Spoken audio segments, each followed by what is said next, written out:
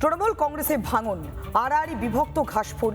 জয়ী ৮০ জন বিধায়কের মধ্যে ৫৮ জন ভাইপো বিরোধী ক্যাম্পে। বিক্ষোভের মূল তীর সেনাপতির দিকে। যদিও ঋতব্রত বন্দ্যোপাধ্যায় জানিয়ে দিয়েছেন অভিষেকের নেতৃত্ব তারা কোনোভাবেই মেনে নেবেন না। অভিষেককেও বেঁধেছে বিজেপি। কেন আমরা হারলাম সেটা না করে দিদি বললেন যারা যারা বিরুদ্ধে বলছে তাদের বিরুদ্ধে স্টেপ নেওয়া হবে এবং সবাই দাঁড়িয়ে ওকে সম্মানিত করো। ৮০ থেকে এই আমি ৫৬ বছরের আমাকেও উঠে দাঁড়িয়ে সম্মানিত করতে হয়েছে। অভিষেককে মেনে নিয়ে যাদের সেলফ রেসপেক্ট রয়েছে বা যাদের ডিগনিটি বোধ রয়েছে তাদের পক্ষে দলে কি বিধানসভায় আর লোকসভায় কাজ করা তো কঠিন বটে। ভেঙে খান খান তৃণমূল। দলের হারের পর থেকেই দ্রোহের আগুন জ্বলছিল ঘাসফুলে। তাঁদের সকলেরই এক বাক্যে নিশানা ভাইপোকে। তবে ভাইপোর সমালোচকদের তালিকায় শুধু ঋতব্রত ক্যাম্পের বিধায়করাই নন, রয়েছেন বিজেপি নেতা তাপস রায়ও। এবার রাজ্যের মন্ত্রী অভিষেকের রাজনৈতিক নেতৃত্ব নিয়ে প্রশ্ন তুললেন।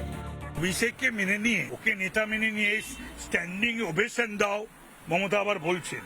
অভিষেককে মেনে নিয়ে যাদের সেলফ রেসপেক্ট রয়েছে বা যাদের ডিগনিটি বোধ রয়েছে তাদের পক্ষে দলে কি বিধানসভায় আর লোকসভায় কাজ করা তো কঠিন বটে।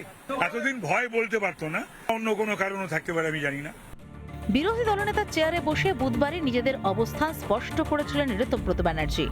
মাননীয়া মমতা বন্দ্যোপাধ্যায়কে আমাদের প্রধান পরামর্শদাতা হিসেবে থাকবার জন্য অনুরোধ জানাচ্ছি। এই অষ্টাদশ পশ্চিমবঙ্গ বিধানসভার সঙ্গে অভিষেক বন্দ্যোপাধ্যায়ের কোনো সম্পর্ক নেই। একইভাবে সুর চড়িয়েছেন বিক্ষুব্ধ একের পর এক বিধায়ক। কথা বলারই স্পেস ছিল না। আজ পর্যন্ত 15টা বছরে অভিষেক বন্দ্যোপাধ্যায় অ্যাপয়েন্টমেন্ট পায়নি। ওনার যিনি পিএ তাকে ফোন করতে হতো, প্রয়োজন মনে করলে তিনি উত্তর দেবেন, তা নাহলে উত্তর দিতেন না। তৃণমূলে এতদিন সর্বেসর্বা ছিলেন নেত্রী, কিন্তু গত কয়েক বছরে অভিষেকই দলের সেকেন্ড ইন কমান্ড। ফলে দলের মধ্যে স্পষ্ট বিভাজন হয়ে যায়।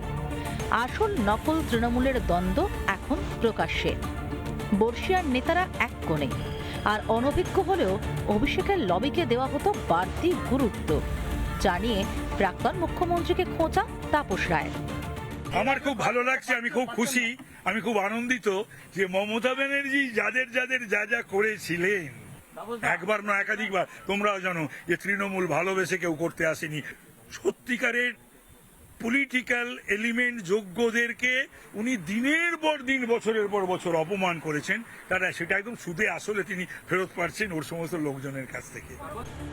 এই বাড়তি গুরুত্বের মাশুলও দিতে হয়েছে। তাদের মতে অভিষেকের অতিরিক্ত কর্পোরেট স্টাইল, সেই সঙ্গে এক নায়কত্ব, যার মাশুল দিতে হলো ভাইপোর তৃণমূলকে। রিপাবলিক বাংলা। নানা ধরনের কন্টেন্ট দেখার জন্য লাইক করুন, শেয়ার করুন আমাদের ফেসবুক পেজ, সাবস্ক্রাইব করুন আমাদের ইউটিউব চ্যানেল। পাশাপাশি অন্যান্য ব্রেকিং নিউজের জন্য অবশ্যই চোখ রাখুন রিপাবলিক বাংলায়।